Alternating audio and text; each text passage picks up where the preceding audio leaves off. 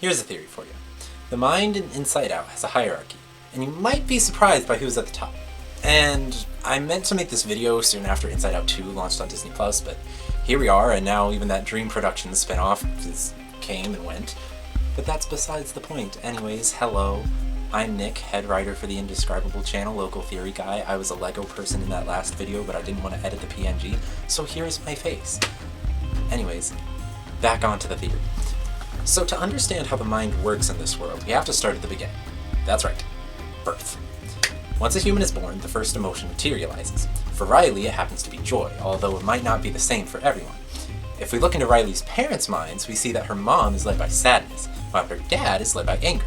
So it's possible that whichever emotion manifests first might determine which one is in charge of that person.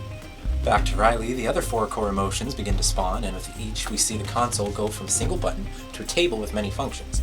And during all of this, the emotions create memories that seem to provide power for everything else in the mind.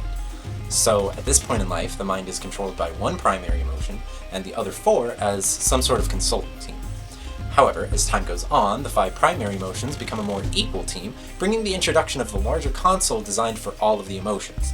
This goes on for a while, but then everything changes with one little alarm. Oh yes, puberty. In the mind, when puberty kicks in, there is a complete reconstruction and the introduction of 4 new emotions. Well, 5 if you count nostalgia, and even though for Riley we see the new emotions launch a coup against the main 5, it seems that they ultimately end up as consultants.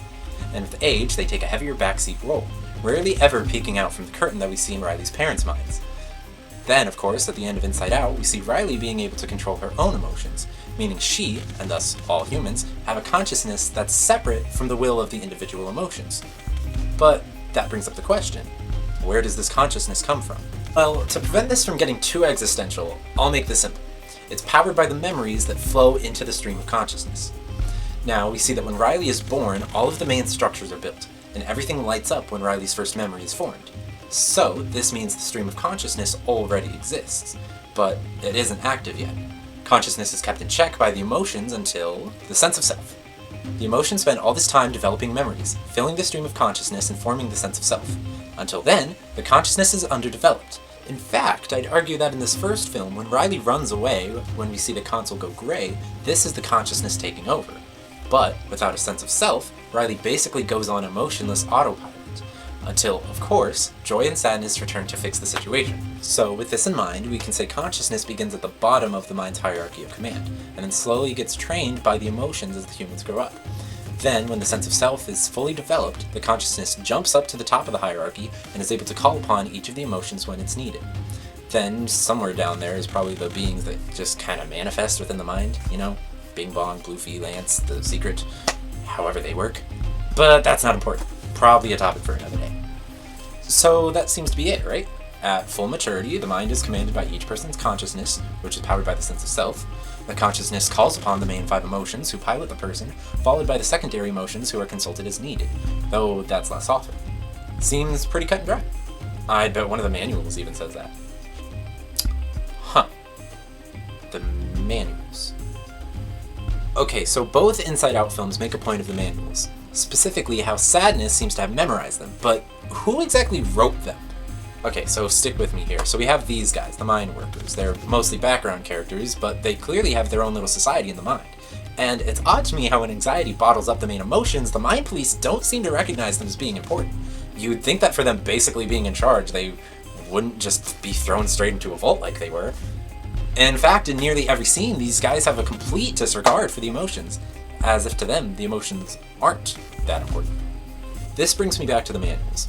The only reason there would be manuals is to instruct others on how to do a job, and we can assume they were written by one of the mind workers. It's as if the emotions are just there to do some unwanted job. Clearly, the emotions don't have any real authority here, not even the consciousness. Everything in the mind bends to the whims of those mind workers. These guys made the mind what it is, then isolated the mind headquarters over a huge chasm, creating an environment where the emotions generate power for their world. Power created by memories. They have no regard for Riley or the emotions. They simply exist to sustain themselves. These little guys are the true masters of the mind. And there's the theory. I want to thank you for watching. Go ahead and check out the other videos on the Indescribable channel, or if you want to see more of me, well, not my face, but more of what I do, go ahead and check out my channel, where I have a series called Colliding Worlds. It's a Lego thing, if you can't tell I like Legos. I have a trailer up to promote Season 2. Hopefully that's coming soon. I'm working pretty hard on it. Other than that, hope you guys have a good day. See you later.